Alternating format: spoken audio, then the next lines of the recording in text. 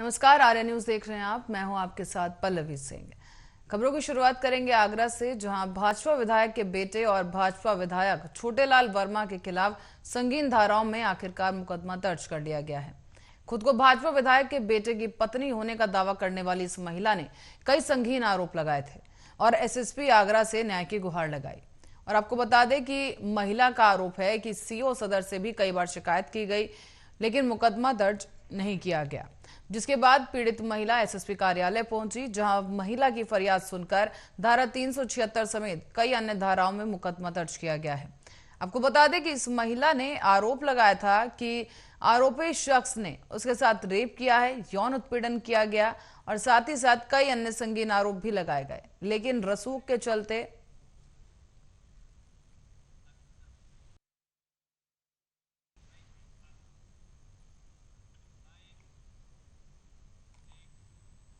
और अब बढ़ते अगली खबर की ओर। इटावा से खबर है, जहां पर आगरा लखनऊ एक्सप्रेसवे पर सुल्तानपुर से 50 सवारियों को लेकर दिल्ली जा रही स्लीपर बस आगे चल रहे कंटेनर से टकरा गई। सवारियों को मामूली चोट इस दौरान आई है और आपको बता दें कि बस क्षतिग्रस्त हो गई है, जिसे बाद में वहां से निकाला गया।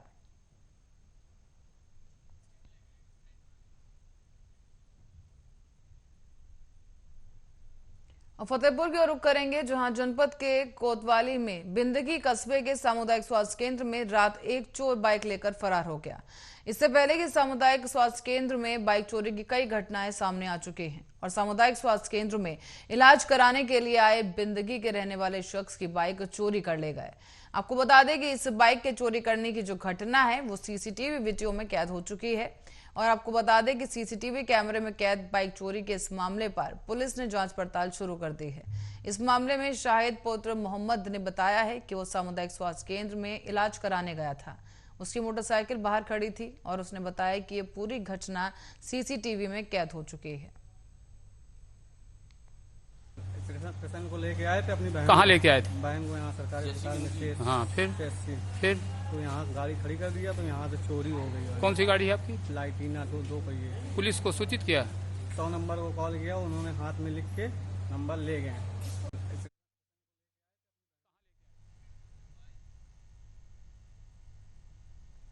और अब फतेहपुर की ओर रुख करेंगे, जहां से खबर है कि 2 दिनों से रुक रुक कर हो रही बारिश की वजह से कच्चा मकान ढह गया है। मकान के ढहने की वजह से मलबे में 60 साल की वृद्ध महिला की दबकर मौत हो गई। जीवित होने की आशा लेकर इस महिला को परिजन अस्पताल ले गए, लेकिन डॉक्टरों ने महिला को मृत घोषित कर दिया है। वृद्ध महिला की मौत से परिजनों में अब कोहराम मच गया है। सूचना पर पहुंची पुलिस ने शव को कब्जे में लेकर पोस्टमार्टम के लिए भेज दिया। खागा कोतवाली क्षेत्र के काही गांव का यह मामला बताया गया है।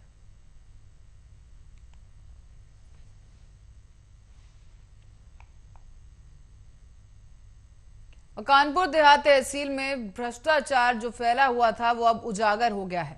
यहां संविदा कर्मी का रिश्वत लेते हुए एक वीडियो वायरल हो गया है। दरअसल एक विद्यार्थी से प्रमाण पत्र के नाम पर रिश्वत ऐंठी जा रही थी और यह आरोप सामने आया था, जिसके बाद भोगनीपुर तहसील का ये वीडियो बताया जा रहा है और इस वीडियो में रिश्वत लेता हुआ अधिकारी साफ देखा जा सकता है। तहसील में फैला हुआ भ्रष्टाचार इस वीडियो के जरिए अब सबके सामने आ चुका है।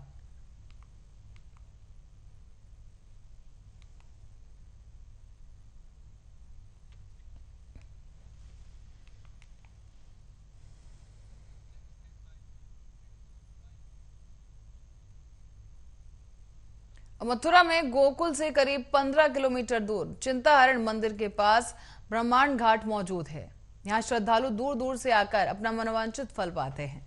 आपको बता दें कि ब्रह्मांड घाट की एक ऐसी मान्यता है कि जब ग्वालुओं के साथ भगवान श्री कृष्ण गाय चराने जाते थे, तब ग्वालुओं के मन में यशोदा मैया से उनकी चुगली करने का ख्याल आया और उन्होंने यशोदा मैया से जाकर चुगली कर दी कि मैया कृष्ण घाट पर मिट्टी खा रहा है। तब यशोदा मैया ने यह सुनकर तुरंत वो घाट पर जाकर पहुंची और भगवान श्री कृष्ण के मुंह खोलकर दिखाने को कहा।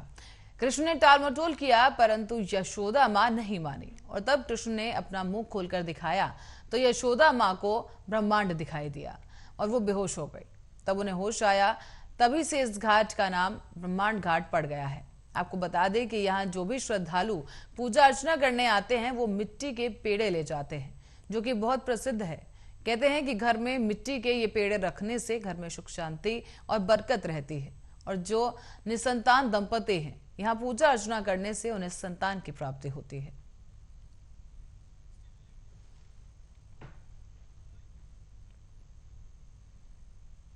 और 58 साल की उम्र में मशहूर कॉमेडियन राजू श्रीवास्तव का एम्स अस्पताल में निधन हो गया है।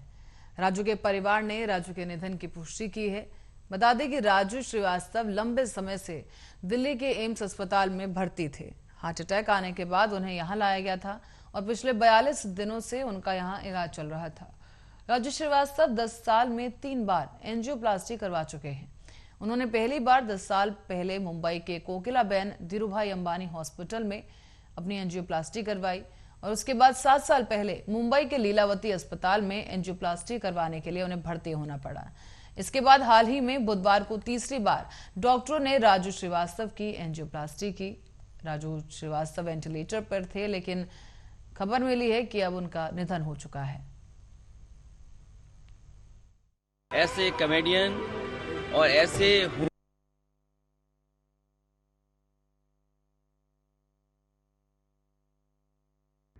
लगभग 20 वर्षों का संबंध है।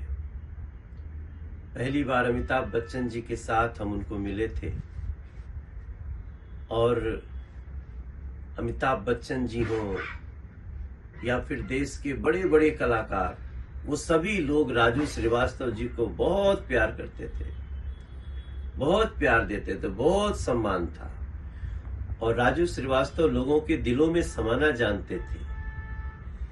कॉमेडी करने वाला एक शख्सियत कितना गंभीर है कि उनकी पीछे कई घटनाओं से आपको पता चलेगा। वो उत्तर प्रदेश में उनको पीछे यूपी फिल्म डेवलपमेंट कॉरपोरेशन का अध्यक्ष बनाया गया था।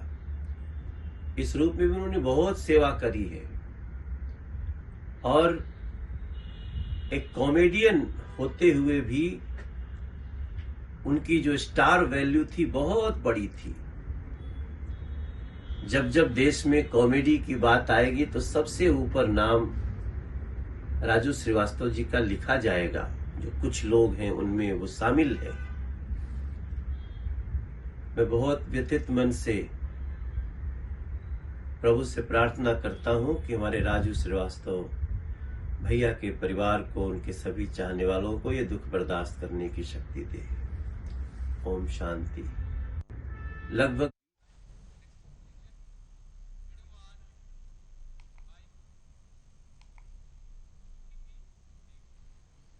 और आगरा की ओर रुख करेंगे, जहां भाजपा के एक विधायक के बेटे और भाजपा विधायक छोटेलाल वर्मा पर गंभीर आरोप लगाए गए। यहां आपको बताते चलें कि कई संगीन धाराओं में अब मुकदमा भी दर्ज कर लिया गया है। दरअसल खुद को बीजेपी विधायक के बेटे की पत्नी होने का दावा करने वाली इस महिला ने कई संगीन आरोप लगाए थे और एसएसपी आगरा से न्याय की गुहार लगाई। महिला का आरोप है कि सीओ सदर से भी कई बार शिकायत की गई, लेकिन उसके बावजूद रसूख के आगे दरोगा ने उनकी कोई नहीं सुनी और ना ही सीओ सदर ने उनकी कोई रिपोर्ट दर्ज की। इसके बाद महिला एसएसपी कार्यालय पहुंची, जहां महिला की फरियाद सुनकर धारा 376 समेत कई अन्य धाराओं में मुकदमा दर्ज किया गया है। बता दें कि इस महिला ने आरोप लगाए थे कि उसके साथ रेप, यौन उत्पीड़न और कई अन्य अपराध किए गए हैं और ऐसे संगीन आरोपों के तहत अब मामला दर्ज कर लिया गया है।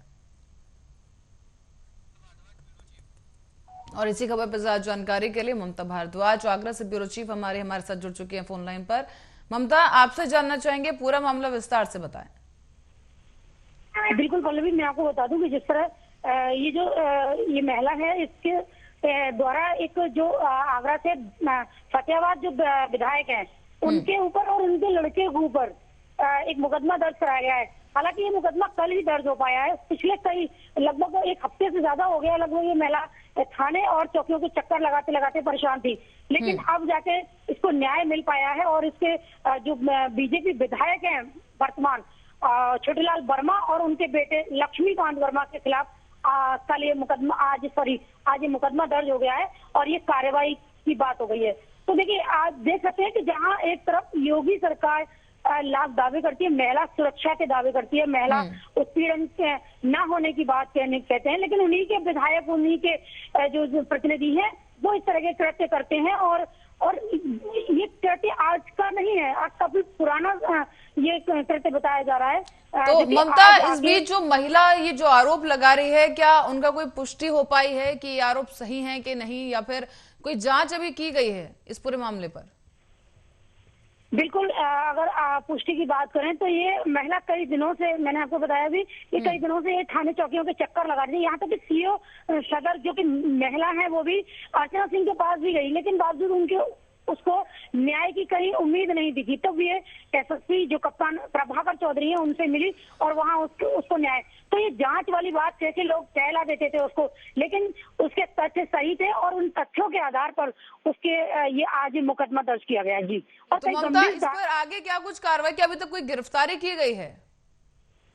बिल्कुल, अगर गिरफ्तारी की बात करें तो हम लोग के द्वारा जो विधायक हैं उनसे बात करने का, उनसे संपर्क साधने की कोशिश की गई, लेकिन तमाम लोगों के बात करने के लिए संपर्क साधा गया, लेकिन विधायक जी ने भी अपना फोन स्विच ऑफ कर लिया और अभी उनसे किसी, ना तो मीडिया कर्मी की किसी की बात हो पाई और ना ही अधिकारी की।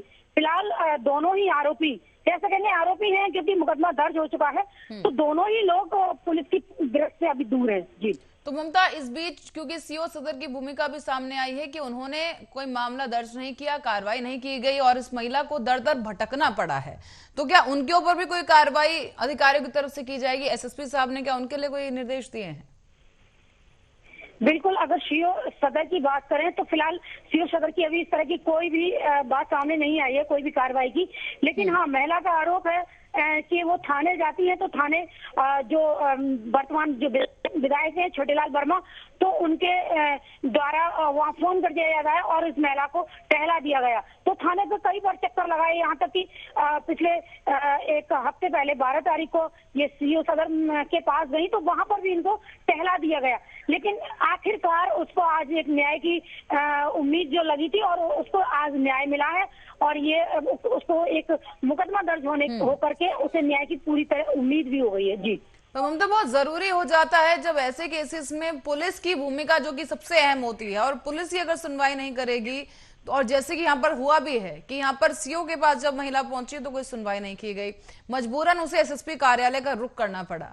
तो ऐसे में जरूरी हो जाता है कि ऐसे जो पुलिसकर्मी हैं उन पर भी कार्रवाई की जाए ताकि एक एग्जाम्पल सेट हो सके कि जो अपराधी है उनके खिलाफ कार्रवाई जरूर की जाएगी और पुलिस लोगों की सुनवाई जरूर करेगी। तो ऐसे में एसएसपी की तरफ से, क्या कार्यालय की तरफ से कुछ कहा गया है कि क्या आगे कार्रवाई देखने को मिल सकती है? बिल्कुल पल्लवी, ये बात बिल्कुल ठीक है कि जिस तरह लोग थाने और चौकियों पे जब चक्कर लगाते हैं तो लोगों की मुकदमा दर्ज वाली जो कि पहली प्राथमिकता होती है कि जब कोई पीड़ित थाने पर आता है तो उसकी उस प्राथमिकता को दर्ज किया जाए, उसकी जो तहरीर होती है, उसका प्रार्थना पत्र होता है, उसको दर्ज करके उसको जो सामने वाला जो भी पार्टी है उसके ऊपर एक कार्रवाई के लिए उसे आश्वासित भी किया जाता है। लेकिन यहाँ बिल्कुल आगरा में इस तरह का तमाम ऐसे केसेस देखने को मिल रहे हैं जो कि पीड़ित थानों के चक्कर लगाते रहते हैं और बावजूद उसके बाद में भी जब वो उच्च अधिकारियों के समक्ष जाते हैं, उनके पास जाते हैं, तब जाके वहाँ उनकी एप्लीकेशन, उनकी तहरीर को मार्क किया जाता है और उसके बाद फिर वो मुकदमा दर्ज किया जाता है। तो ये आगरा में ये नई बात नहीं है, एक नया किस्सा नहीं है, ये लगातार देखने को मिल रहा है। चाहे महिला संबंधी आप ले लीजिए, चाहे पुरुष संबंधी ले लीजिए, चाहे और किसी भी तरह का अगर ये प्रार्थना पत्र और इस तरह की कार्रवाई, तो पुलिस इस तरह की बड़ा ही लचीला इनका कार्य देखने को मिल रहा है। लेकिन अगर ममता, बहुत बहुत धन्यवाद आपको इस जानकारी के लिए। दर्शकों को बताना चाहेंगे कि ये महिला काफी समय से कार्रवाई की मांग कर रही थी और आखिरकार एसएसपी कार्यालय जब महिला पहुंची तो इसे इंसाफ मिला है और मुकदमा दर्ज कर लिया गया। और अब आपको बताते हैं कन्नौज से खबर है जहां उत्पीड़न करने वालों के खिलाफ कार्रवाई की मांग को जोरदार तरीके से उठाया गया है।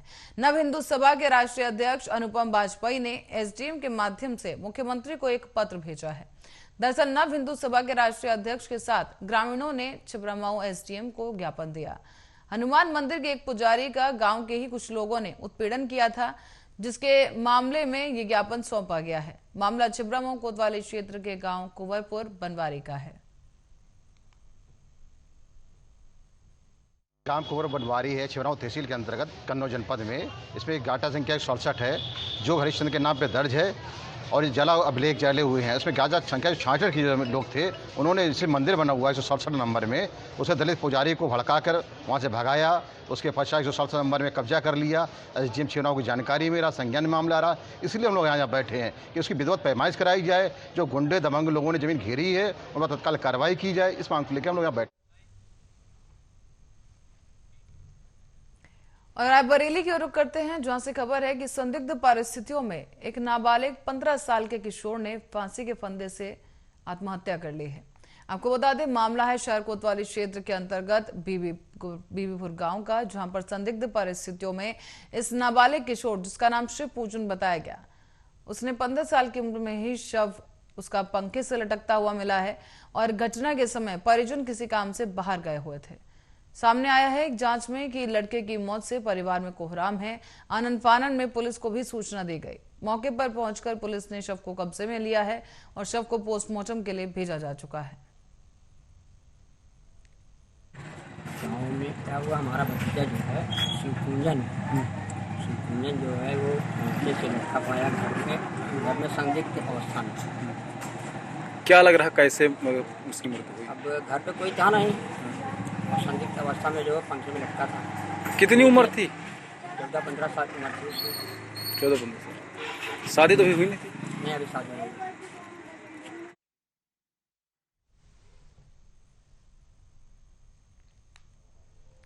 और रायबरेली में अनियंत्रित तेज रफ्तार स्कॉर्पियो गाड़ी डिवाइडर से जा टकराई है। स्कॉर्पियो के परखच्चे उड़ गए, तो वहीं स्कॉर्पियो सवार 2 युवक गंभीर रूप से घायल बताए गए। आपको बता दें कि मेलेरिया थाना क्षेत्र के अंतर्गत मलिक मऊ के पास बने फ्लाईओवर का यह मामला है, जहां देर रात को यह हादसा हुआ। इस दौरान डिवाइडर से टकराई कार के परखच्चे उड़ गए हैं। साथ ही आपको बताते चलें कि 2 लोग घायल हैं, जिन्हें आनन फानन में स्थानीय लोगों की मदद से जिला अस्पताल भर्ती कराया गया है। एक की हालत काफी गंभीर हो गई है, जिसे लखनऊ के ट्रॉमा सेंटर रेफर कर दिया गया। थाने में कोई स्कॉर्पियो डिवाइडर पर चढ़ गई, जिसमें 2 घायल आए हैं। एक राजेंद्र यादव, जिसकी उम्र लगभग 30 साल है, और दूसरा भोला यादव, 35 साल उम्र है। राजेंद्र यादव को हेड इंजरी है, उसका प्राथमिक उपचार करके भर्ती कर दिया गया है। सर्जन को अर्जेंट कॉल लिख दिया गया है। और भोला यादव ठीक ठाक कंडीशन में है, उसका प्राथमिक उपचार करके छुट्टी कर दिया जाएगा। थाने में कोई और इसी के साथ फिलहाल के लिए खबरों में इतना ही। आप बने रहे हमारे साथ, देखते रहे आर्या न्यूज।